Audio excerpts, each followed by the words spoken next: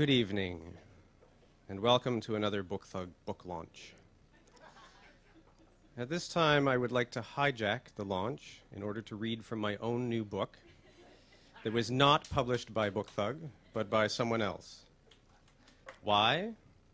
Because I want to make it clear to everyone, right now, in public, that I became a publisher in order to promote myself. Just like every other publisher in the world.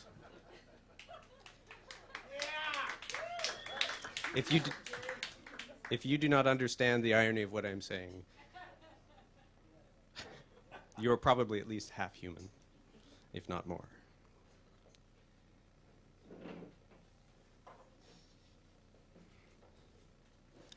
Four nodes in a vortex. Driving from Toronto to Cambridge, the sky to the west is filled with clouds cast in the light of the setting sun. In some vague way, I can understand why the ancients invented gods to invent us. Because they are real and all around us. And they care for us with our own thoughts. That's why. It's so obvious. And as long as the sun shines and the mind is permitted to mirror the universe, it shall continue to be somewhat unfortunate to experience epiphany alone. What I mean is that there are four of them, vortexes: time, space, something, and something else. And occasionally they meet to open the night's eye a little wider, because one of them at least must certainly be mind-altering, though it can only take you to where you start from, like in the morning when you wake up and time has passed, but you are yourself again. At least it seems so, or you assume. And once again, something is a structure of human language. Isn't it always so? And isn't it elusive how time wanders so freely, yet such familiarities remain equally comforting?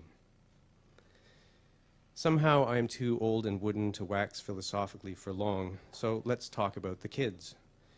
Sometimes they pee everywhere. It's funny what they will and will not eat. It's funny the things that they will say, and how fast they grow, or slow as the case may be. Why is it so inexplicably fascinating to talk with them? Sometimes they fall and scrape their knees. Sometimes they fall from great heights and land on their heads and scare the shit out of you. And when you run up to them, they look into your face with their terrifyingly mortal eyes and cry out, "Dad, I'm okay, really, I'm okay," and rub away the embarrassment welling up on their heads while you check them out from head to toe and learn to breathe again. They run from room to room. They shoot each other, bam, and fall down dead, and get up and slam the door on their way out. Often they are happy, and sometimes they are angry, but sometimes they are incredibly, incredibly sad, for completely inexplicable and complex reasons that will only become clear once they have grown up and have had children of their own, like us. And so I feel the need to say something witty and profound about how we keep meeting ourselves in this way.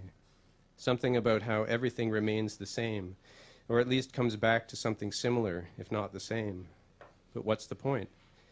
We just have to get back to our lives eventually, and to our thoughts which care for us, obviously, that remind us of something cathartic-like without having to experience any of those silly cathartic overtones, such as are advertised on television, etc., etc., etc.